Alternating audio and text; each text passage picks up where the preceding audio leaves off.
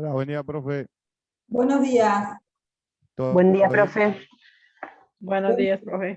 ¿Me están escuchando? ¿Me escuchan? Sí, sí, Ah, sí. Sí, Sí, bien, porque esta no es mi computadora y tengo miedo dije, no, es la compu de mi hijo y dije, se la agarro y bueno, no, a veces cuando no es lo tuyo, no sabes si falta. Bueno, chicos, ¿todo bien? Quiero que prendan cámaras por ahí.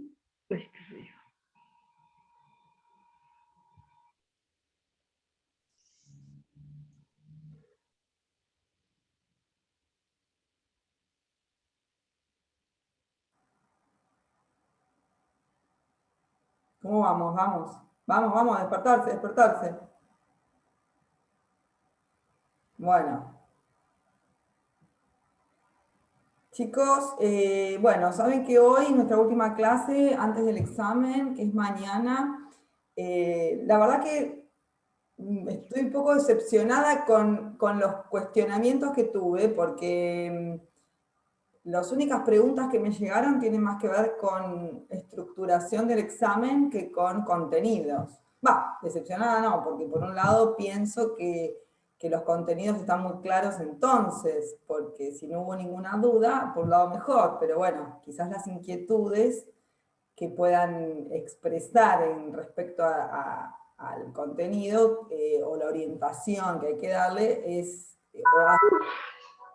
a que quizás estén más abocados al estudio, por lo menos a mí me da esa sensación, la que no tuve con las preguntas que recibí en esta semana, que les pedí que me formulen. Las preguntas que tuve fueron más que nada sobre la estructura del examen, que sí ya está definida, porque no la teníamos definida hasta la semana anterior, y nos vamos a referir a eso, pero sí vamos a hacer un punteo, porque la idea de esta clase, es muy importante que lo tengan claro, ustedes ya tienen que tener todo estudiado, porque mañana a las 8 de la mañana, 24 horas están rindiendo, entonces tendría que estar todo estudiado y van a hacer un repaso a lo largo del día, que son horas muy importantes, son horas de fijar conceptos, es muy extenso el material, ustedes saben que tiene un contenido muy amplio, y bueno, la idea de hoy es hacer un punteo de cada tema, pero no quedarnos con la clase exclusivamente, porque obviamente ustedes tienen que ampliar. Me han pasado por experiencia, por eso a veces tengo un dilema con este tipo de clases antes de los exámenes, que se quedan con las 3 palabras que dijimos, entonces no es la idea, por supuesto, sino es más que nada orientarlos hoy a los temas más candentes o más puntuales, a los imprescindibles, digamos, que no pueden escapar de cada uno de los puntos del programa. Lo cual no quita que haya otro tipo por supuesto, de cuestionamiento, de preguntas, o que las preguntas apunten para otros lados. Nosotros somos un equipo docente que cada uno, digamos, le digo cómo elaboramos el examen, cada uno de nosotros realizó preguntas y se hace como un cóctel para que cada uno tenga preguntas diversas. Así que yo puedo saber las que hice yo, pero no las que hicieron los demás. Pero sí a lo que apunta el examen. Este no va a ser un examen de multiple choice, no es un examen, digamos, tampoco que va a contener preguntas capciosas o de resolución, pero sí de análisis, porque lógicamente el tipo de examen, es muy oscura, a ver ahí, a la ventana, el tipo de examen virtual nos lleva a ser bastante originales a la hora de preguntar. Entonces, lógicamente, todo lo que ustedes puedan cortar y pegar, no, vamos a tratar de evitarlo, ¿no? La idea de las preguntas va a ser evitar que ustedes vayan al corte y pegue, y aparte nos damos cuenta de esa situación, nosotros la advertimos de forma bastante clara, porque bueno, en la experiencia ya de todo el año anterior nos hizo ver cómo opera esto. Entonces la idea es que ustedes, por supuesto, con todos los conocimientos que tienen, van a tener el libro, van a tener el código, eso va a ser inevitable que lo tengan, pero por supuesto en el tiempo que tienen de uso de todo eso, de todo ese material, es muy acotado. Entonces, ustedes tienen que estudiar, lo tienen que saber, lo tienen que poder expresar en forma clara y sin textualizar. y por eso las preguntas son más apuntando al análisis, o sea, no va a estar claro, no es que van a abrir el libro y van a tener el capítulo allí expresado, pero sí vayan teniendo en cuenta en cada tema, que es lo que vamos a ver ahora, a lo que apuntamos y los imprescindibles, digamos, los imprescindibles.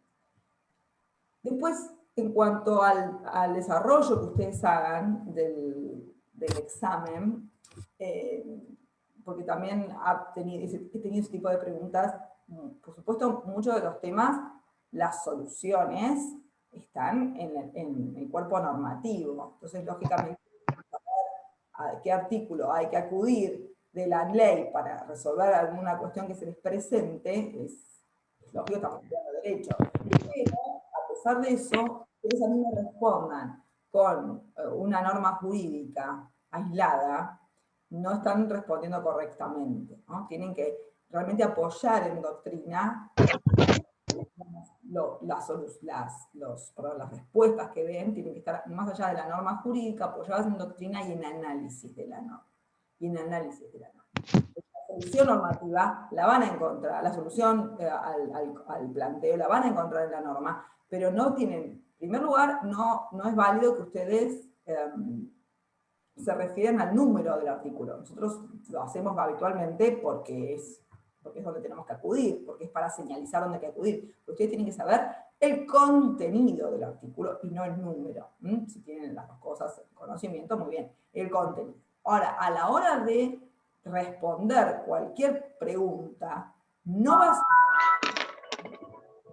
a ser suficiente, va a ser insuficiente, justamente, que es lo que descalifica a esa pregunta, que ustedes tipen el artículo íntegro o de memoria. Sí, quizás la solución es correcta en cuanto a que allí es donde tenemos que acudir para resolver tal pregunta, pero su transcripción sin su análisis correspondiente no tiene validez, porque la idea es esa, justamente, máxime en un examen de esta naturaleza virtual. Quizás en un examen oral, en un examen escrito presencial, se puede llegar a admitir, ¿no? Que uno trae. Tampoco me gusta mucho a mí cuando me dicen de memoria los artículos sin analizar, porque es lo que hacemos en las clases, ¿no es cierto? Analizar, y es lo que hace la doctrina, analizar las normas.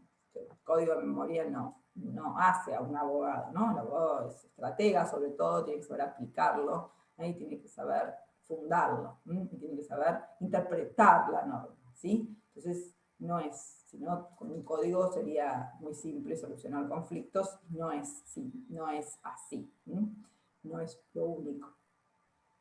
Bien, esto en cuanto entonces a la estructura del examen, van a ser 8 preguntas, no van a ser más de 10 preguntas, creo que van a ser 8. Mi idea en realidad siempre es que no sean tantas, pero si son de contenido, si son de análisis, como les decía, es importante que ustedes la lean bien, por supuesto nos van a preguntar en el chat si tienen alguna duda al respecto en cuanto a interpretación, no le vamos a decir la respuesta, pero sí los podemos orientar en el momento. Pero digamos, las preguntas son de desarrollo, Bien, entonces ustedes sean completos en el desarrollo, pero no se extiendan innecesariamente. No tiene que haber hiperextensión, ¿no? En cuanto al tema, porque es importante enfocar el tema al cual se apunta. Porque a veces, uno sabe mucho de lo que está al lado, justo de este tema no lo tengo tan claro, pero sé mucho de tal otro, ¿no? Por ejemplo, no sé, preguntamos sobre los medios de protección de los derechos personalísimos. O bueno, eso mucho no lo sé, pero sí sé de derechos personalísimos, por ejemplo, el origen, la evolución, me puedo referir al derecho a la vida. Entonces hablo de un tema que no, en realidad sí está dentro del temario pedido, pero no es lo que se pidió concretamente. Esas cosas lo vemos muy habitualmente, en donde quieren explayarse sobre temas que conocen o que tienen más seguridad y que están dentro de lo pedido, dentro digamos, del tema, pero no es concretamente lo que se solicitó o se requirió. Entonces, eso tampoco va a ser considerado ni siquiera como un concepto, o sea, la pregunta, por más que sea muy extensa la respuesta, y que demuestren acabado conocimiento de un tema concreto no es lo que se les pidió. Entonces, eso tampoco va a ser considerado válido, ¿no? Entonces, el examen tiene una exigencia de corrección que apunta a eso, ¿no? No solamente a demostrar que saben el tema, sino que lo estudiaron, que tienen solvencia en la respuesta. Solvencia en la respuesta, eso es lo claro que a mí me gusta. En ese aspecto, ¿sí? Bueno, vamos un poquito a ver el programa. Vamos a ver el programa. Con esta forma de estructuración estoy respondiendo a las consultas que me han hecho. No he recibido consultas en cuanto a temas puntuales, ¿sí? Entonces, lo que voy a hacer ahora es, voy a tomar el programa y de cada punto del programa sí señalar lo imprescindible, a lo que apuntan los temas, ¿sí? A lo que no se puede soslayar, y si les quedó ahí algún hilo suelto, más allá de que ahora tengan alguna consulta para hacerme, que apunten a eso, que no dejen de tratar. Bueno, vamos a ver, que tengo todo mezclado acá, ¿qué pasa?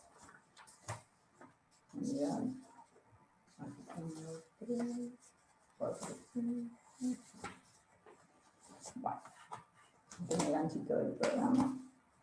Bueno, vamos a ver, de la unidad 1, en realidad, así como fundamental que ustedes tienen que saber desarrollar, es, por ejemplo, a qué apunta la idea de la constitucionalización del derecho privado, ¿sí?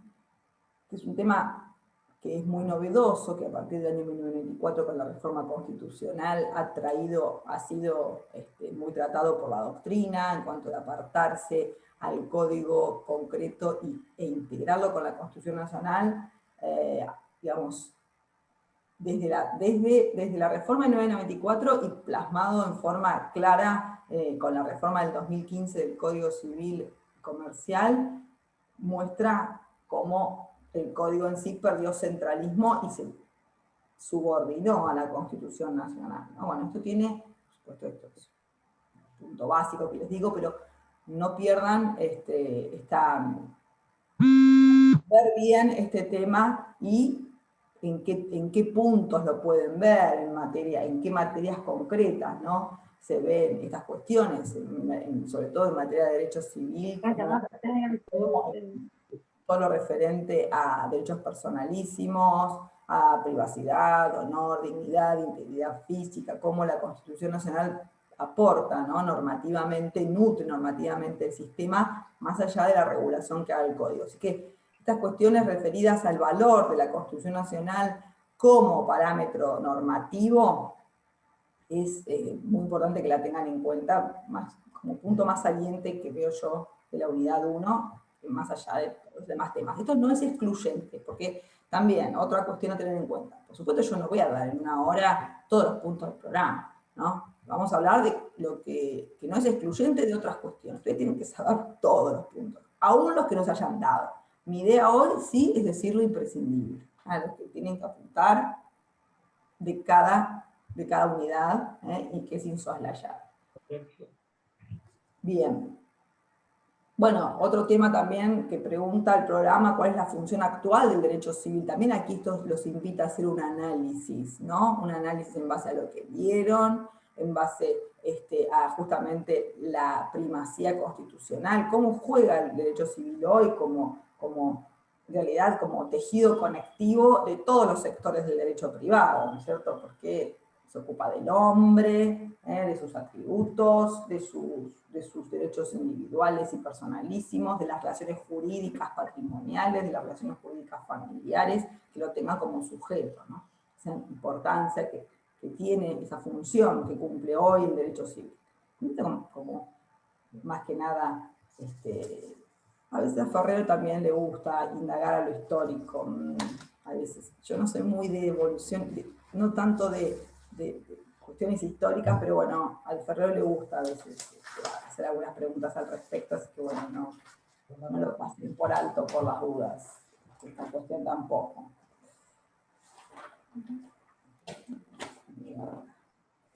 Bien. Las fuentes del derecho, que es la unidad 2, y que es así, es muy interesante. Yo a veces me gusta hacer hincapié en la importancia que tiene el título preliminar del código, ¿no? Porque el título preliminar del código tiene una dimensión constitucional y expansiva, establece las pautas de la teoría general del derecho y establece, más que nada, sin duda, establece las fuentes del derecho, ¿no? Las establece, las enumera, e indica cómo el juez tiene que dictar sentencia, cuándo entran en vigencia las leyes. Sin duda tiene un valor metodológico de mucha relevancia, este título preliminar. ¿Y cómo está compuesto? 18 artículos, dividido en 4 capítulos, se ocupa del derecho, de fijar las reglas, como decíamos, claras para que el juez en cada caso particular fundamente cada decisión, no deje sin resolver alguna cuestión con excusa de falta de normativa, y establece principios generales. Se ocupa de la ley, del ámbito subjetivo, de la vigencia, del modo de contar los tiempos, los intervalos en el derecho. Establece, bueno, el principio de inexcusabilidad en el artículo 8. Y, más relevante aún o más amplio, establece cómo es el ejercicio de los derechos. Entonces, claramente tiene todas las etapas bien delineadas, Y por último, ocupándose de los derechos y los bienes. Bien, estos 4 temas bien claros están abarcados en todo el título preliminar del Código Civil, así que tiene relevancia metodológica que no puede pasarse por alto. Bien, otro tema, cuando hablamos de la ley, cuando hablamos de las fuentes del derecho primordial, que es la ley, no olvidarnos, o sea, cuál es más allá de la clasificación que hace la doctrina en forma pedagógica, la clasificación fundamental en cuanto a los efectos prácticos, que es la diferencia entre la ley imperativa y la ley supletoria. La diferencia en cuanto a el modo de distinción de una y otra, cómo distinguimos una ley imperativa de una ley supletoria, porque primero tenemos que poder distinguirlo. Recuerden que más allá del texto expreso de la ley cuando es supletoria nunca indica que tiene este carácter, pero la ley imperativa muchas veces sí lo dice, y otras no. Entonces no importa tanto que lo diga el texto expreso, sino la materia que regula. Entonces la materia que regula, cuando está comprometido el orden público en esa materia, la ley es considerada de orden público. De todas formas, queda a criterio judicial su clasificación, porque a veces también el texto expreso de la ley indica este carácter, pero no lo tiene, lo han dicho los jueces en muchos casos. Más allá de lo que diga el texto expreso, hay que ver si efectivamente tiene que la materia que regula lo es. Eso ocurre muchas veces con los decretos de necesidad y urgencia, que indican que tienen el carácter de orden público, pero no lo son, depende de la materia que regule. La de vivienda, materia de derechos reales, de derechos reales, sin duda derechos de familia, están involucrados en el orden público, son leyes imperativas, ¿verdad? Y no solamente identificarlas y clasificarlas, sino cuál es el efecto práctico de su distinción. Entonces eso tienen que saber entender cuál es el efecto práctico, que implica encasillar una ley como supletoria o encasillarla en cuanto a su carácter imperativo o de orden público. Esta implicancia, eso apunta justamente a las consecuencias jurídicas que se derivan de la clasificación de la ley o de la consideración de la ley. ¿Recuerden? Entonces, bueno, por supuesto, en caso de la imperativa, cuando se impone por encima de la voluntad de las partes, no puede ser dejada de lado por los particulares, su transgresión lleva a la nulidad absoluta o a la sustitución de esa solución práctica por la ley o por el texto de la ley. Mientras que la ley supletoria, por el contrario, no tiene esta presencia o imposición más allá de lo que las partes decidan. O sea, que las partes pueden dejar de lado la ley y sustituirla por una solución diferente en sus convenciones libres. Entonces estas cuestiones son de una importancia por los efectos prácticos que producen sobre todo. Bien, en materia de fuentes del derecho también es interesante qué pasa con la costumbre, cómo se compone, cuáles son los elementos, cuándo la ley la considera fuente del derecho, cuándo la costumbre es fuente del derecho, qué casos podemos decir que puedan regirse por la costumbre. Bien, estos temas, ahí apuntar a estos temas y buscar por ese lado qué costumbre puede tener vigencia, porque recordemos, y qué ventajas tiene la costumbre y qué desventajas tiene la costumbre en cuanto a su utilización de fuente de derecho. ¿Bien? ¿Cuándo se aplica entonces? Ventajas y desventajas, casos prácticos, ejemplos en donde la costumbre pueda ser utilizada. La jurisprudencia, ¿qué tipo de fuente del derecho es? ¿Es fuente material? ¿Es fuente formal? ¿Hay jurisprudencia que tenga la característica de ser material y otra formal? ¿Bien? Esta computadora, yo me veo muy oscura. ¿Ustedes? Tiene una luz acá que es tremenda. Para mí es medio chonga la computadora. Ahí está mejor. ¿Mejor? ¿No? Sí. Para mí, yo no sé si me veo tan oscura. Ahí está mejor, profe.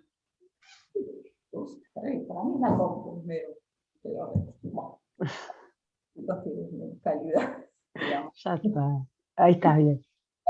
Hoy no fui a la oficina y bueno. Claro. Bueno, tengo otra en realidad, pero se me traba un poco, que es buena, pero a veces me pasa con los otros. ¿Qué queda? Vamos a usar esta, pero me da oscuridad. Bueno, no importa. Sigamos, importante que escuche, que cualquier cosa me dice. Bueno. Otro tema interesante también, que también da para la charla y para la aplicación doctrinaria, es qué es el diálogo de fuentes, cuando hablamos de fuentes del derecho, ir solamente a lo que dice la ley en cuanto a las fuentes aplicables o la jerarquía de las fuentes aplicables, o acudir a esta teoría, que es la teoría del diálogo de fuentes, que es una teoría que nació en Alemania, y que habla de justamente la integración. Es interesante también que se expresa en esto, lo he visto en algún lado de las preguntas. No la quiero dejar de pasar por alto porque en materia de fuentes de derecho muchas veces se pregunta, ¿no? ¿Qué significa el diálogo de fuentes? ¿Qué significa esta integración o a lo que lleva? ¿Qué más? Es un punto más importante. ¿Alguien me quiere preguntar algo? Te hago cualquier cosa, ¿eh? Bueno, sigamos entonces. Vamos a la unidad 3. Bueno, de esta unidad me parece, digamos, fundamental que tengan claro Ya hablas clarito. se quiere interpretar una ley, ¿no? Primero, ¿cómo se tiene que interpretar? Y cómo.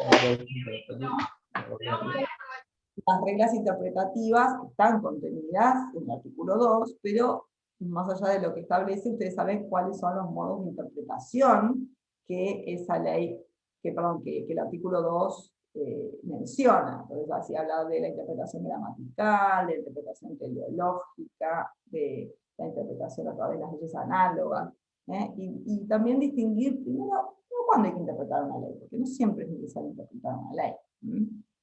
O sea, el juez la aplica, pero a veces lleva a estas necesidades de indagar en el espíritu de la ley o en la letra extrema cuando hay situaciones de poca claridad, de ambigüedad, o de falta de sentido lógico o de coherencia. Que es la interpretación integradora también, porque si bien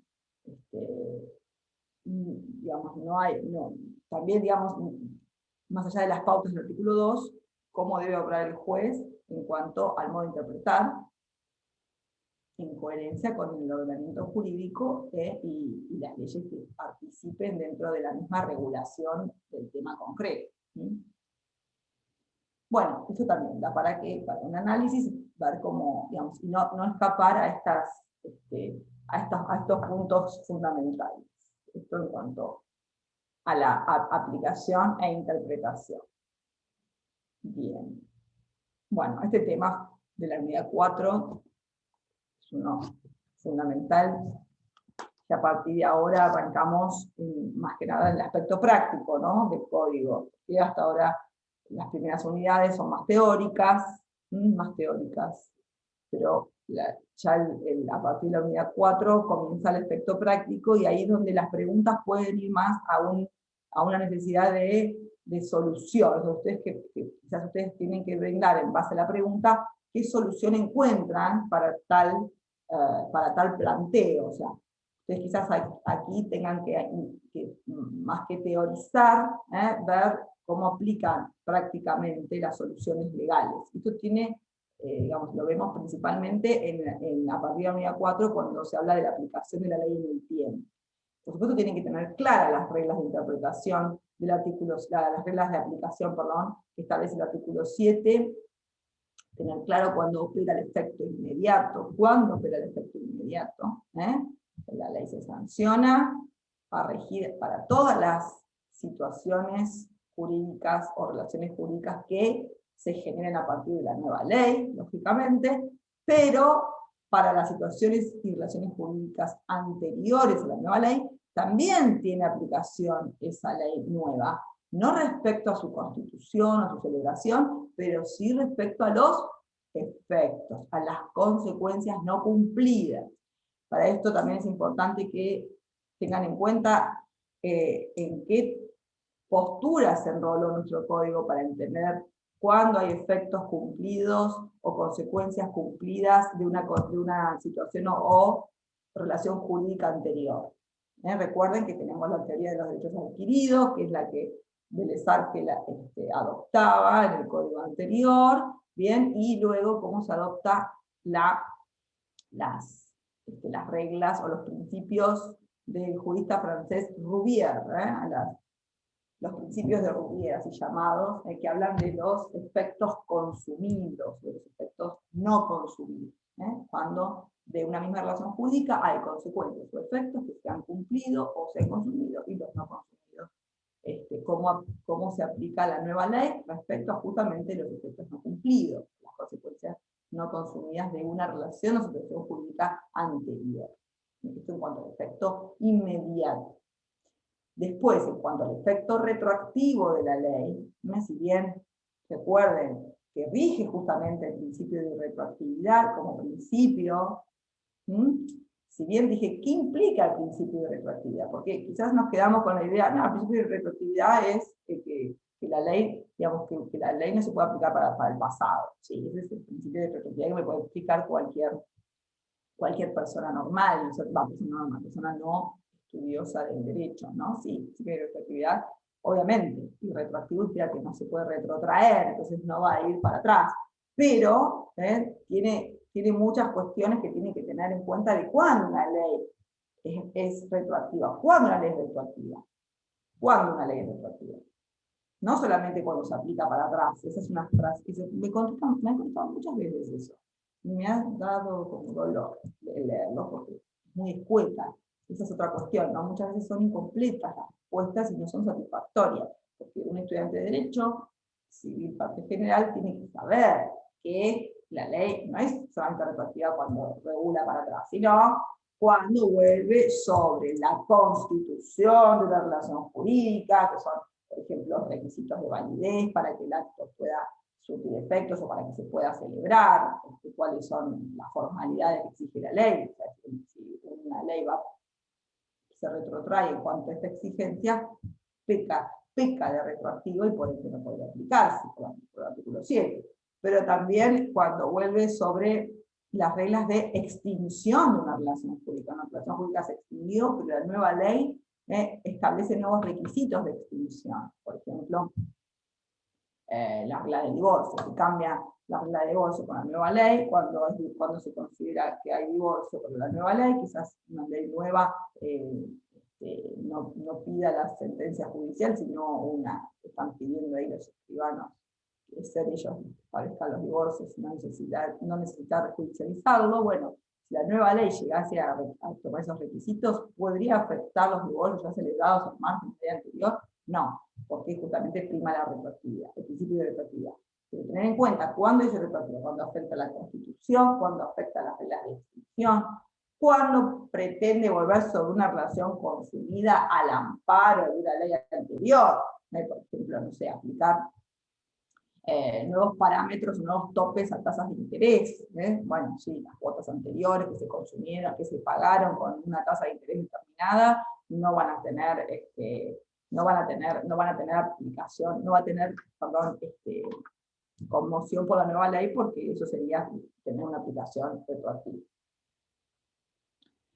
También es retroactiva cuando, no solamente, digamos, pues evidentemente hay muchos casos de retroactividad, no se los pierdan todos.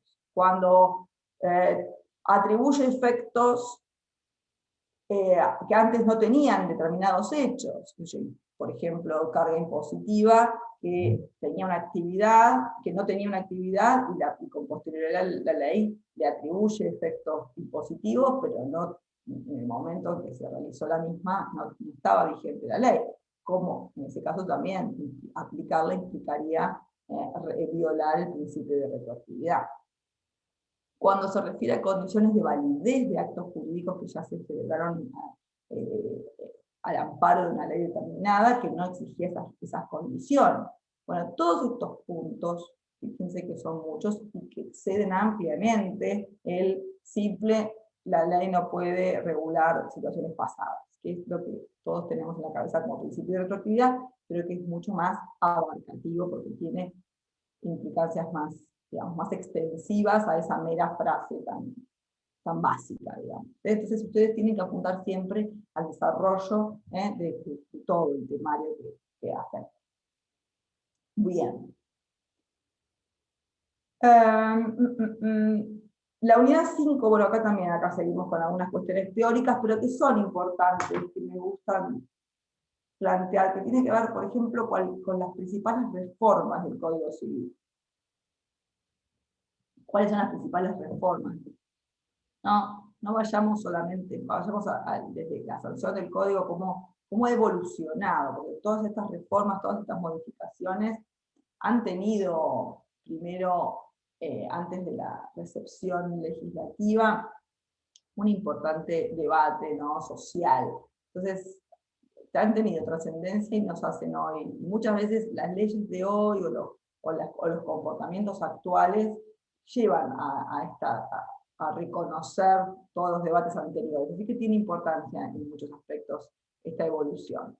Desde la ley de matrimonio civil, la 2393, que después fue modificada por la 23515, hasta la reforma tan grande que tuvo el Código de Vélez como es la ley 17711, dejando la paz en de lado, que reformó 10% del articulado del código, introdujo institutos muy relevantes, la inhabilitación, el vicio de lesión, la responsabilidad de las personas jurídicas, ¿qué más? La inoponibilidad de la nulidad respecto al contratante de buena fe y título oneroso. Todas modificaciones muy requeridas por la sociedad en ese momento, porque el Código de Vélez no es lo defiende a muerte a Vélez Arfiel, decir, a muerte es muy criticado porque, claro, liberal, machista, pero con el diario del lunes obviamente era así. En ese momento era muy transgresor y muy vanguardia en sus aspectos, pero lógicamente el funcionamiento, la sociedad se lo comió, o sea, la evolución de la sociedad se comió, por supuesto, sus lineamientos primarios necesitaron ser modificados. Pero toda esa modificación no tiene que ver con una evolución social que tiene que plasmarse en lo legislativo, y además en un funcionamiento que quedó obsoletizado por el dinamismo que tuvo la economía, por el crecimiento digamos, por el crecimiento poblacional que hizo que ya las personas, los contratantes no tuviesen el conocimiento que tenían entre ellos. Entonces el concepto de buena fe necesitó un cambio sustancial, porque obviamente cuando una sociedad es más pequeña y la gente se conoce entre sí y tiene vínculos más habituales y más dinámicos. No es lo mismo que las nuevas contrataciones, sobre todo la época, por supuesto, con el avance tecnológico que permite que las personas ni se vean a la cara y tengan una relación jurídica. Entonces, todos esos cambios, por supuesto, todos esos cambios, esas evoluciones de la sociedad y la tecnología necesitan de un ayornamiento legislativo, pero la evolución tuvo que ver con ¿no? Con esas nuevas necesidades que se plantearon y cómo los nuevos institutos vinieron a entrar en vigencia hasta el último código, que es el de 2015. Bueno, esta unidad también, el Common Law, que es donde rige, no tiene que ver con justamente el derecho no codificado, ¿no? Que tiene que ver con los precedentes judiciales, cómo se compilan los precedentes judiciales para dar solución a cuestiones concretas, lo cual es interesante, por un lado, porque ya se puede saber de antemano cuál puede ser la solución de conflictos, ¿no? Atento que el valor de la jurisprudencia es imperante en este tipo de sistemas, el sistema anglosajón, que es el que donde rige el Common Law. Bueno, en la unidad 6, a ver, qué temas más así que no pueden dejar de lado y que son interesantes. Los derechos de incidencia colectiva. Me esperan un segundito que me voy a un poco de agua.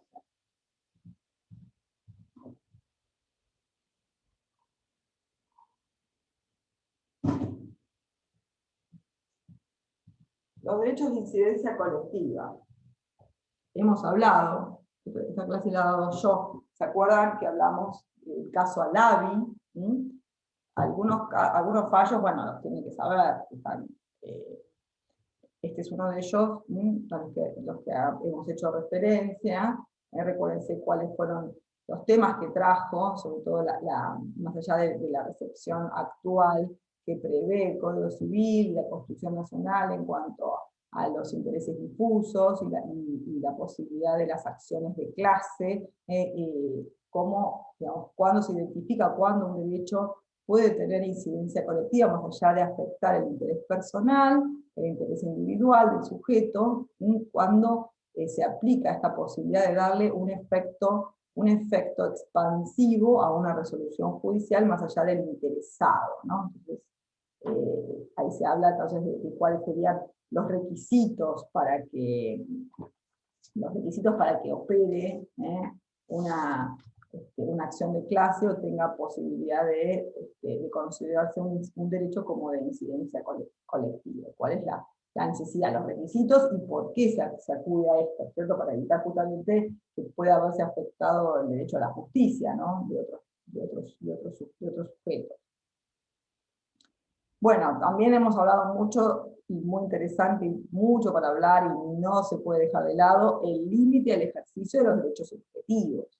Hablar del principio de buena fe, de su operancia práctica, de sus derivaciones, el principio de buena fe como está consagrado, y cuáles son sus derivaciones en cuanto a otras teorías, la teoría de los actos propios, la teoría de la apariencia, cuándo operan el abuso del derecho, el enriquecimiento sin causa, todos estos derivaciones del principio de buena fe, como opera como un límite, y para evitar el ejercicio abusivo del derecho. Se considera abusivo cuando transgrede justamente este parámetro, esta premisa que es la buena fe, bien, y ahí tienen para conversar bastante, incluso también referirse al abuso de la posición dominante en el mercado, ¿no? Que tiene que ver mucho con monopolios o con empresas que tienen que no tienen competencia en su actividad y lógicamente tienen una posición, va más allá de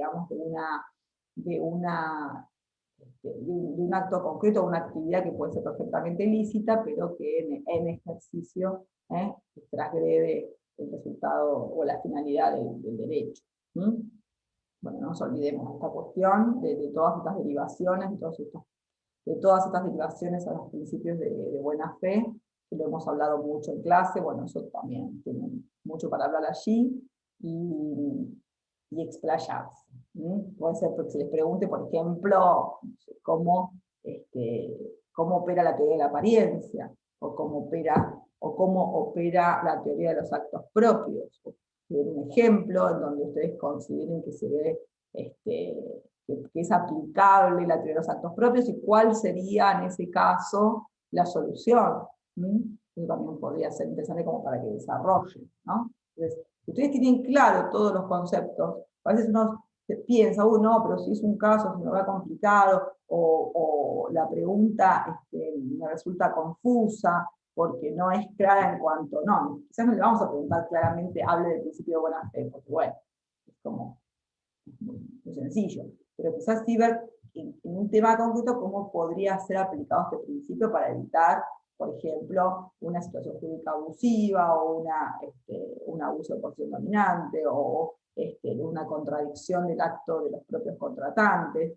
Bueno, si ustedes tienen claros los conceptos, va a fluir la forma de aplicarlos. O sea, no teman en eso, porque lo importante es la claridad de los conceptos. No tenemos claro, surge mismo, bueno, pero acá podría aplicar tal cosa, con esta solución evito que se abuse del derecho de fulano, en el caso que estamos viendo. O sea que no teman a la iniciativa, porque cuando tienen los basamientos claros se lo van a poder hacer. Quizás preguntas sean un poco más de aplicación práctica. Bien, no es que se les va a poner un caso para que resuelvan, pero sí quizás ver un tema cómo podrían aplicarse estas teorías o estos principios. Bien, eso podría llegar a ser una pregunta también, ¿sí? Bien. Profe, ¿Sí? ¿me podés explicar un poco sobre la teoría de los actos propios que no me queda bien en claro, por favor? Bueno, no es la idea ponernos a desarrollar los temas que vimos, porque si no, Bueno, ahora nos vamos, pero disculpe. bueno, pará. Más allá de eso, lo que apunta a la teoría de los actos propios es que nadie puede contradecir una conducta anteriormente expresada, y que fue jurídicamente relevante y plenamente eficaz, pretendiendo con posterioridad tomar ventaja de esa situación. A ver, te doy un ejemplo, que creo que es el que yo di en clase, porque es el que me acuerdo que planteamos, que hubo un planteo. Bueno, ahora pasó también, ahora con la pandemia, justo hace poco, en enero, me llama un administrador de un consorcio, que yo soy abogada, y me dice, mira, tengo este tema, porque tenemos el DNU que dice que prohíbe las reuniones presenciales, pero en realidad la asamblea, porque los propietarios son todos de otras provincias, pero son toda gente mayor de edad que no puede hacer Zoom, que no conoce la tecnología, entonces están de acuerdo con hacerla presencial porque todos vienen justo en enero. Pero lo que tengo miedo es que algunos que no me contestaron, después me planteen la nulidad. Bueno, mira, vos convocás a la asamblea, porque en realidad no es que estaba prohibida, no estaba, ya había, digamos, en enero ya no estaba vigente el aislamiento, y la asamblea se hizo en la terraza, al aire libre, todo bien, pone todas las condiciones, y convocarlos con anticipación suficiente para que tomen conocimiento. Bueno, el administrador convoca a la asamblea. El reglamento en realidad establece que debe hacerse en la sede de la administración. Vamos a ver qué dice el reglamento. El reglamento dice que debe hacerse en la sede del administrador, ¿no? De la oficina. Pero debido a la pandemia y demás cuestiones, el administrador lo que hace es hacerlo en la azotea del edificio. En la azotea del edificio, con el distanciamiento, para el libre, con todos los protocolos y medidas de seguridad. Bien, ¿qué pasa si bueno, está notificado, van los consorcistas, van a las asambleas, y después como se tomó una decisión completamente contraria a los intereses de uno de los consorcistas o de los que estuvieron allí presentes, plantean la nulidad de la convocatoria de la asamblea porque no se respetó el reglamento. Bueno, el modo de convocar a las asambleas es muy importante que se respete siempre en las sociedades, en cuanto a las asambleas de sociedades, asociaciones y consorcios, porque justamente es el modo donde los asociados toman conocimiento de todas las decisiones que deben votar, y ahí es donde deben deliberar y votar sobre temas que los van a regir. Lógicamente hay que respetar el reglamento, pero el reglamento dice el modo de convocatoria. Ahora, si el modo de convocatoria transgrede el reglamento, bueno, sí, hay una transgresión. Ahora, lo que apunta la teoría de los actos propios es que quien asistió a la asamblea sabiendo que el reglamento, digamos que la convocatoria no había reunido los requisitos que establece el reglamento, no obstante va, es decir, pero después cuando se vota en contra a sus intereses, plantea la nulidad de la convocatoria. Eso es transgredir los actos propios. ¿Por qué? Porque su manifestación anterior había sido jurídicamente relevante y plenamente eficaz. Él tomó conocimiento, aceptó los cambios, pero recién después que la decisión fue adversa, plantea, digamos, contradecir sus propios actos. Lo que plantea esta teoría es que esta contradicción transgrede la buena fe negocial, la buena fe que debe imperar en cualquier asociación, entre los socios o entre los integrantes, porque, digamos, si bien asiste razón a quien plantea esta nulidad, si bien asiste razón porque el reglamento está transgredido, hubo una aceptación previa a esa transgresión. ¿Bien? Entonces, no es lícito valerse del amparo de una ley cuando la conducta anterior evidenció aceptación de las condiciones que eran diferentes a la reglamentación. ¿Me entendiste con el ejemplo? ¿Se comprendió? No quiero ser muy técnica. Sí, profe. Cuando se puso a hablar me acordé de la clase. ¿Cómo? Me acordé de la clase. Cuando usted se puso a desarrollar el tema, me acordé de la clase y del tema. Bueno, no quiero ir a lo puntual, a todos los ítems puntuales, porque si no, no vamos a ir más. No, está bien.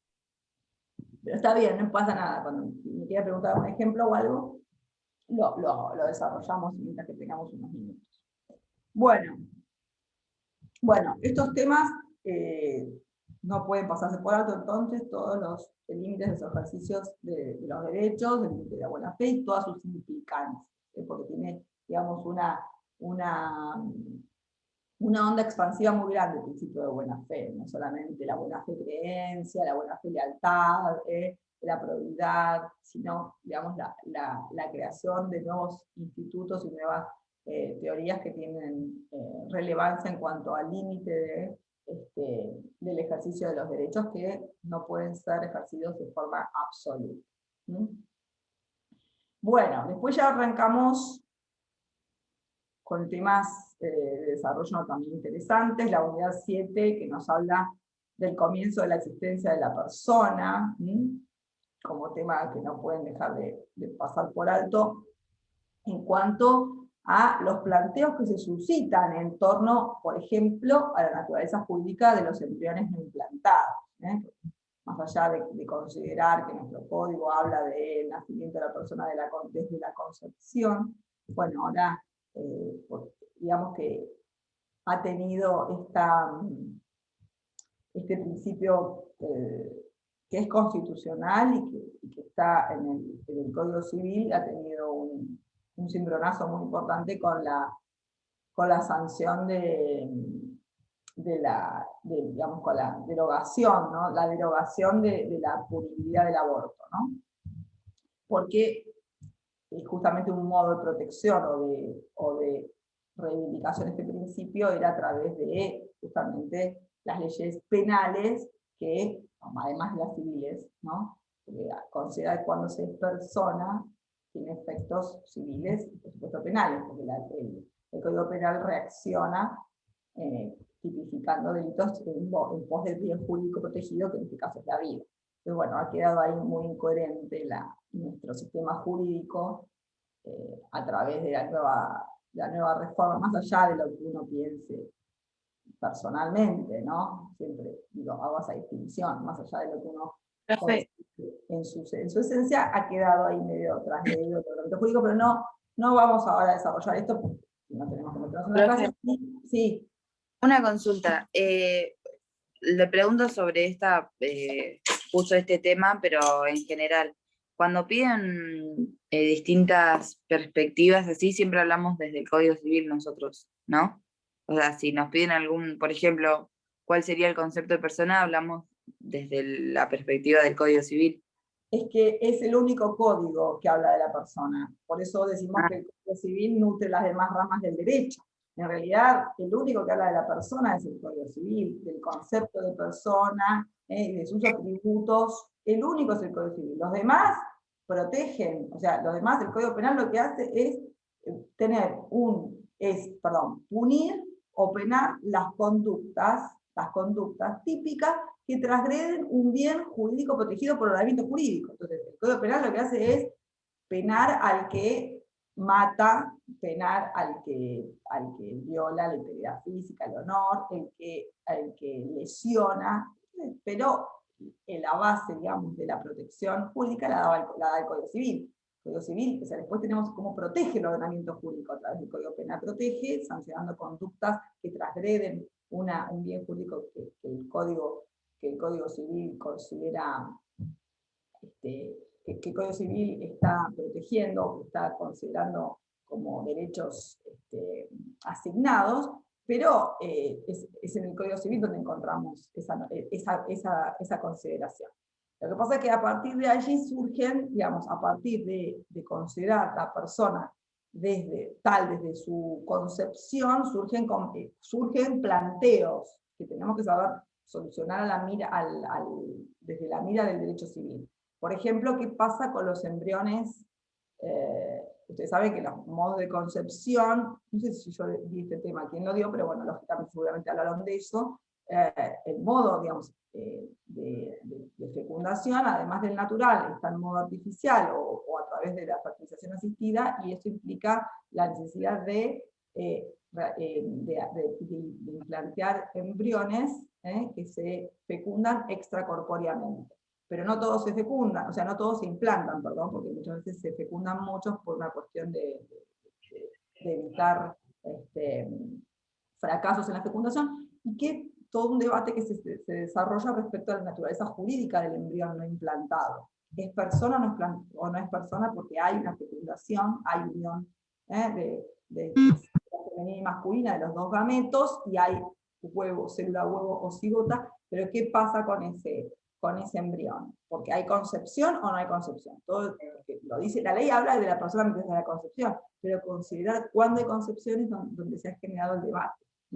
Y para esto, que el fallo de la Corte Interamericana de Derechos Humanos deben saber, el fallo Artavia Murillo, ¿sí? Ese fallo de la Corte Interamericana de Derechos Humanos ha sido claro en cuanto al concepto de concepción. Concepto de concepción que lo he equiparado al de anidación, ¿no? Y pudo determinar, mejor dicho, se estableció una diferencia entre fecundación y concepción. La fecundación es la unión de los gametos, pero la concepción implica la anidación. ¿Por qué? Porque a partir de la implantación del óvulo fecundado, a partir de la implantación del óvulo fecundado en el útero, a partir de allí es donde se entiende que comienza el desarrollo y la posibilidad de obtener todos los nutrientes necesarios para lograr el destino final, que sería, por supuesto, el nacimiento. Perdón, acá tengo un mensaje. Acá hay el video. Bueno, hay muchos que no se conectan las cámaras, y eso está mal visto por nosotros, quiero que lo sepan, se los dije desde la primera clase. Entonces, nosotros tenemos anotaditos a todos los que se anotan, a los que están siempre visualizados, y eso no les va a jugar a favor. Se los dijimos en la primera clase. Nosotros no vamos a hacer acá cuestiones de, digamos, yo por lo pronto no soy represiva, no me pongo la gorra, ni amenazo con nada, pero es conceptualmente mal considerado que no tengan las cámaras encendidas. Ya hoy es tarde, ¿no? Porque siempre están los mismos, y no Y no funciona así, no funciona. Bueno, estos encuentros, recuerden el fallo de Ortega Murillo, entonces, de la Corte Interamericana, uno de los también que, aparte de la LAVE que vimos, que tienen que ver en materia de derechos personalísimos. Bueno, son varios los fallos, ya que los vieron con otros docentes seguramente, ¿no? Egunequia con Sofovich. No, esta unidad no la vimos, profe. Es la ¿Qué? única unidad que se vio. ¿No Que vieron esta esa unidad, unidad? no, la 7 es la única que no se vio. O sea, no tuvimos una clase que la expliquen. ¿Cómo que no? A ver, acá tengo el cronograma. No, Estaba no en está. el campus, profe, porque la daba el profesor Peli, me parece. Ah, bien, bien, bien. Bueno, Está ya lo grabada. vieron igual. Concha, sí la vieron la clase. Sí la vieron. Bueno, entonces con más razón apunten estos temas que no son, sí, o sea, con más razón si no se los dijeron en clase, sepan que es muy importante tener en cuenta este tema del fallo de Octavia Murillo en cuanto a al comienzo de la concepción, cuya es la existencia. Sí, bueno, lo pide el programa aparte, así que no hay problema. Pero, profe, pero le hago una pregunta. Los Sí. audios que tiene el profesor ahí, yo los escuché, ¿eso sirve? También, me imagino. Sí, es una clase. Es Yo una lo clase escuché. audiovisual. En vez de ser Y clase está muy completo, me parece. sí, es clase asincrónica, ¿sí? O sea, no todas las clases son nuestras, las que tenemos en los, en los Pero es que videos. hay muchas clases de ese profesor en el aula virtual. ¿Cómo? Que hay muchas clases de ese profesor. Sí, y tienen que verlas todas, ¿no las vieron? Sí, yo las vi. Bueno, muy bien. Sí, sí, sí. El profesor Walter Pelli es el titular de la cátedra, así que Me parece que explica muy bien. explica bien, Walter.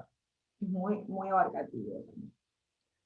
Bueno, entonces, tienen el material. Yo la verdad que creo que algunas escuché, pero no todas, así que no sé bien qué contenido tiene, pero obviamente están todas allí, las tienen que ver. Muy bien, bueno.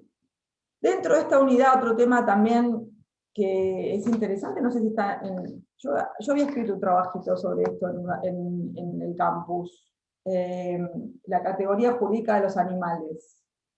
¿Lo vieron ese trabajito o no? No, bueno. Bueno, no lo vi. está en el Profe, campus, sí. me parece que no está. Y yo lo hice el primer cuatrimestre del año pasado, cuando eran las clases, que no hacíamos clases sincrónicas, sino que las hacíamos a través de material que subíamos al campus. Bueno, es un trabajo que habla de la categoría jurídica de los animales, de la consideración en el Código Civil, y del fallo de la orangutana Sandra. ¿Eso no lo vieron? No, yo miré mucho ¿con qué título está, profe? No me acuerdo, pero estaba dentro del material que subimos, dentro del material.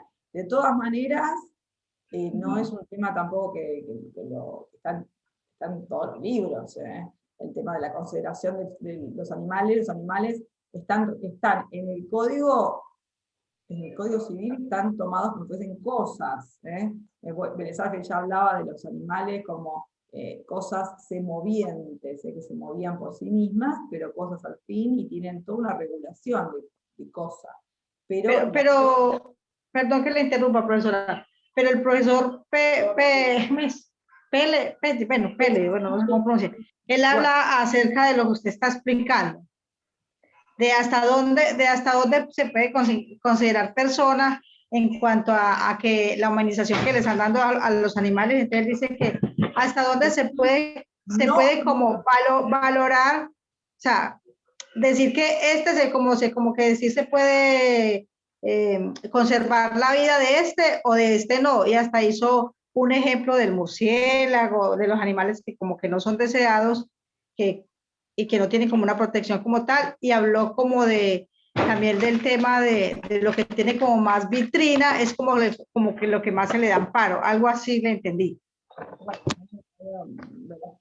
La consideración del sujeto, digamos, el Código código no los toma como personas de ninguna manera, sino que los considera como cosas, pero en el Código Civil, en el ordenamiento jurídico, vamos a encontrar muchas normas protectoras de los animales en cuanto a exigencias de conductas en los humanos que tendientes a evitar gestos de crueldad con los animales. Porque el sistema jurídico en cuanto a la consideración de los animales está un poco está en deuda un poco con las exigencias de la sociedad, porque la sociedad tiene otra visión respecto a los animales y no tienen una categorización clara en el código actual. Pero por eso es importante cómo la jurisprudencia se ha expresado, y hay un fallo muy interesante que les recomiendo que lean, no me voy a referir ahora a él, pero es muy interesante, que es el de lo googlean y lo van a ver, el fallo de la orangutana Sandra. Es una orangutana que estaba en el zoológico de Buenos Aires, en el zoológico después se formó un parque, yo hice un trabajito, ya les digo, si no, lo googlean y van a encontrar muy interesante en la justicia cómo se expidió respecto a la categorización de los animales, y se lo digo en 2 palabras, pero el desarrollo es muy vasto en cuanto a su categorización como sujetos de derecho o personas no humanas, ¿bien? Y estableciendo la necesidad de que tengan un estatus jurídico, ¿bien? Y si bien, ahora me está matando el sol. Acá. Ahí. Ahí. Muy blanco, ¿no? Mucha luz. A ver ahí. De ponerme, pues si me pongo así me mata acá. A ver ahí. Ahí, ¿no? Ahí. Bueno, así que les recomiendo que den lectura porque tiene argumentos jurídicos interesantes y sobre todo el debate que se genera, que se hace respecto a la consideración. Bueno, en ese fallo definitivamente, al haberse categorizado como persona no humana y la necesidad de un trato que respete derechos, es sujeto de derechos, tiene derechos, y el derecho a su hábitat, el derecho a evitar gestos de crueldad. Es una orangutana que permaneció mucho tiempo encerrada, aislada, en un cubículo de cemento, porque no tenía un destino, el parque zoológico se había cerrado, entonces, ¿qué se dispuso? Eso le costó a Rodríguez Larreta un montón de plata, porque tuvo que pagar un montón de la adaptación de la orangutana a un campo, el único campo que había para temático en el estado de Florida, en Estados Unidos. Bueno, es interesante que lean todo eso. Pero después, por eso les digo que después, más allá del fallo en sí, había, digamos, una cobertura mediática de la situación. Bueno, yo les digo los tips, pero no me voy a poder desarrollar todo porque me voy pasado mañana, chicos, ya no me va a alcanzar el agua. Simplemente es que tengan en cuenta estos tips. Ven, esto no lo habían reparado en la importancia, pero sí, es muy importante este tema de las personas no humanas, o la categorización jurídica de los animales que encontramos en el código. Bueno, todavía tienen tiempo, o se ponen con este tema entonces. Bueno, vamos a ver la otra unidad, que ya habla de... este tema me gusta, la significancia de la capacidad progresiva, cómo opera para los actos no patrimoniales, y cuál es ese estándar, ¿no? del grado de madurez, la edad y grado de madurez suficiente. También ese es un estándar jurídico que tiene sus controversias en cuanto a la aplicación. La diferencia entre capacidad y discernimiento, que la puedan distinguir, que no es lo mismo, que si bien a la hora de determinar la capacidad, el discernimiento para el legislador es importante, no son idénticos, tienen diferente origen y aplicación práctica. Bueno, en cuanto a incapacidad de derecho, recuerden los casos de incapacidad de derecho, la diferencia entre representación y asistencia, la figura del apoyo, cuál es su función, la novedad de esta figura que introduce el nuevo código, ya gracias también a la ley de salud mental, que qué función le asigna la ley a los apoyos y su actividad práctica. Bien. ¿Cuál es la actuación del Ministerio Público? Estas son también preguntas que se pueden hacer, artículo 103. Pero recuerden, yo les digo el artículo más que nada para que vean las distintas funciones, pero para hacer más fácil direccionarlos, digamos. Dame el código, por favor. Bueno, vamos a la unidad 9, ya nos queda poco. Bueno, la unidad 9 está, más que nada, bueno, están también en materia de capacidad, eso ya dijimos. Los menores de edad. Bueno, los menores de edad también, ustedes saben acá el cambio legislativo que han tenido en cuanto al código anterior, en donde que directamente eran incapaces de hecho, y cómo opera acá la capacidad progresiva, los tratamientos médicos, la disposición del propio cuerpo, para los derechos personalísimos, ¿sí? Bueno.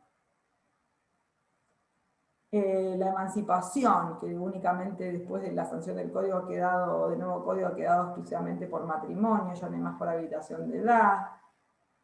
Bueno, ¿qué otra cosa puede ser? Que no dejen de pasar de lado, vamos a la 10. Bueno, este tema lo vimos en las últimas clases, así que lo tienen que tener muy claro, lo de las personas incapaces con capacidad restringida. Recuerden siempre los parámetros, los principios en materia de capacidad que vienen desde la Convención Internacional de los Derechos de la Persona con Discapacidad, la Ley de Salud Mental y el Código Civil modificado, el Código de 2015, en cuanto a los principios en materia de capacidad. Eso es un tema que no pueden pasar por alto. Y luego, tan importante es la regulación en cuanto a la designación de apoyos y el proceso judicial, cómo debe llevarse a cabo para la restricción de la capacidad de una persona. También hacer hincapié en la sentencia de determinación, en el juicio de determinación de capacidad, la sentencia en cuanto al contenido y al alcance. Estos son temas también que no pueden pasar por alto en cuanto al juicio. Bueno, también esto lo vimos en la clase pasada, los actos jurídicos, cuál es el régimen de los actos jurídicos, en cuanto hasta ahí es un cuadro, ¿no? En cuanto a la validez o invalidez, en relación a la sentencia de declaración de capacidad, al momento de los actos posteriores, anteriores, qué pasa si falleció la persona con discapacidad, bueno, todo eso muy importante que lo tengan claro. Este tema de la inhabilitación, que es como quedó reducida ahora la cuestión de inhabilitados, porque el 152 bis viejo del código anterior enumeraba una serie de inhabilitados que ahora con la nueva reforma de determinación de capacidad quedaron subsumidos, entonces quedó, digamos, reducida la inhabilitación en el caso del pródigo. Bueno, la ancianidad en cuanto también una realidad que no tiene en principio una correcta o concreta o específica regulación normativa y cómo está diseminada en distintas normas de protección que en definitiva no terminan siendo suficientes. Creo que hay un trabajo de Ferrero en el campus de ancianidad. No se lo pierdan. Está bueno. Sí. Bueno, ese. ¿Qué más? Igual también algunos libros lo tratan. Rivera lo trata. Bueno, en cuanto a los demás atributos de la personalidad, importante la protección jurídica del nombre, por ejemplo. La protección jurídica, cuáles son las acciones que se derivan o que surgen a partir del nombre de las personas o de la consideración de ese atributo. Eso es importante. ¿Cuál es la protección? De protección, reconocimiento, impugnación, supresión, defensa de buen nombre. Bueno. El procedimiento judicial para el cambio de nombre, cuándo procede, cuándo es necesario el procedimiento, cuándo no es necesario el procedimiento. La protección jurídica del seudónimo, cuándo hay seudónimo y cuál es su protección. Bien, en cuanto al domicilio, sí, los efectos jurídicos, la determinación de competencia, notificaciones, igual el cumplimiento de las obligaciones, bueno, cuáles son los efectos jurídicos de domicilio y saber distinguir domicilio legal, domicilio real, domicilio especial y la función de cada uno. No pasar por alto. En cuanto al Estado, como tributo de la personalidad, cómo influye el Estado en la capacidad de las personas, en el nombre, en la capacidad de ejercicio, en la capacidad de derecho, qué efectos produce el Estado de una persona, cuáles son las acciones de Estado, esto es fundamental, cuáles son las acciones que se derivan de un estado de familia, las acciones tendientes a comprobar el Estado, como la afiliación, las de extinguir, como la nulidad, la acción de matrimonio, la de modificar un estado concreto, como es el divorcio, bueno, todas estas cuestiones. La posesión de Estado, otro tema. La diferencia entre título y posesión de Estado. Y cuál es para qué sirve la posesión de Estado. La prueba de nacimiento, de la muerte, bueno, estas son también cuestiones que no generan demasiado problema porque están bastante claras en la ley.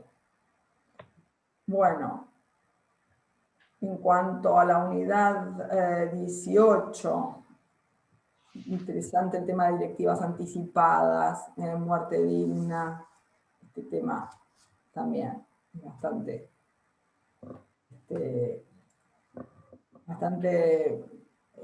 incisivos hemos sido en estos temas para que no dejen de lado.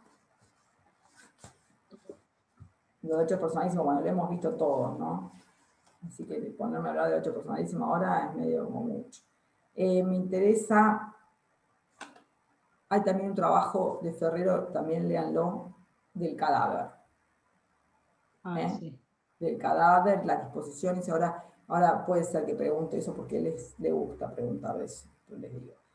Sobre todo ahora con la nueva situación de pandemia, cómo rige el tema de la disposición de las exequias, más allá de lo que establece el Código Civil, la reglamentación luego de la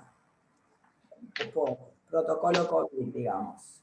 Eso está, así que léanlo. Bueno, Sí. otra cosa, bueno, la protección, en cuanto a hechos personalísimos, chicos, por favor, los medios de protección de los derechos personalísimos, ¿sí? Eso es interesante, cómo el ordenamiento jurídico se encarga de establecer las reglas de protección. Y, bueno, la extinción de la persona ya lo vimos. Y también presunción de fallecimiento, ¿no? Esta incluye, sí, ¿no? La unidad 14. Sí, profe. Bueno, la unidad 14, claro, como yo no la di, ¿dónde está? Sí, la unidad 14 la dio Ferrero el martes pasado. Sí. Bueno. La di Sí. ayer. Bien. Entonces la tienen clarito, tienen fresquito los temas.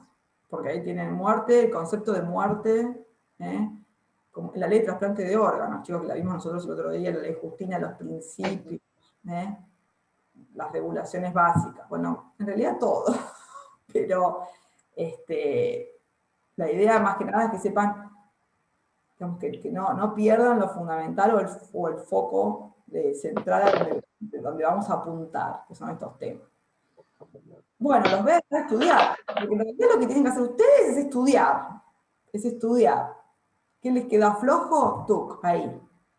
Y véanse los videos los que no los vieron, porque ya veo que dudas no encuentro, no tengo preguntas. A ver, ¿tengo preguntas? Profe, yo tengo una pregunta. Dale. En el caso del pródigo, ¿podría ser solamente un jugador compulsivo o qué otro ejemplo serían? No, jugador compulsivo no necesariamente, porque a veces el jugador compulsivo tiene que ver con una patología, ¿no? Y la patología puede estar dentro de otra cuestión de discapacidad. Ese es el gastador compulsivo. Claro. El gastador, no solamente jugador. Tiene que partir de una dilapidación. la protección del pródigo o el Instituto de la Prodigalidad a través de la inhabilitación, en definitiva, lo que está protegiendo es A la familia. patrimonio familiar, el patrimonio. Fíjense que si la persona no tiene nadie, no tiene herederos, no tiene nadie, digamos, a quien mantener, puede dilapidar su fortuna como le venga en gana. Pero Claro. si tiene, digamos, lo que apunta a la ley es a proteger el patrimonio familiar para evitar la dilapidación. Aquí tiene que ver con el comprador compulsivo también, no solamente el jugador, comprador. Gracias, profe. Mariana, Profe, le quiero hacer una pregunta. dime tú. Hay un tema, un artículo donde habla de cuando una persona adopta el apellido de su pareja. Cuando se separa, bueno, no sé, como que me río un poquito. Cuando se separa el apellido de esa persona que adoptó, esa es la que dice que lo puede llevar si la pareja lo permite. ¿Es ahí? ¿Comprendí bien? Sí, pero si es conocida públicamente también con ese nombre, como le pasa, por ejemplo, a Andrea Frigerio, es un ejemplo. Andrea Frigerio es una persona que utilizó el apellido de su marido y se hizo pública con ese apellido durante años, y su vida laboral y familiar social la llevó con ese apellido, y más allá de después de que existió un divorcio y que se casó con otro, nada que ver, continúa con el apellido anterior porque así fue conocida públicamente. Entonces, no nos olvidemos que el nombre, el apellido, tiene que ver con la identificación de la persona. Entonces, esa identificación va más allá de que el vínculo por el cual se obtuvo el apellido o el nombre haya desaparecido, o se haya disuelto, o se haya roto, ¿no? Bien, gracias. Es decir, si la pareja se opone, el juez decide, pero decide en base a estos principios, ¿sí? El principio del conocimiento, y que no cause perjuicio, lógicamente. Bueno, ¿alguna otra duda, chicos?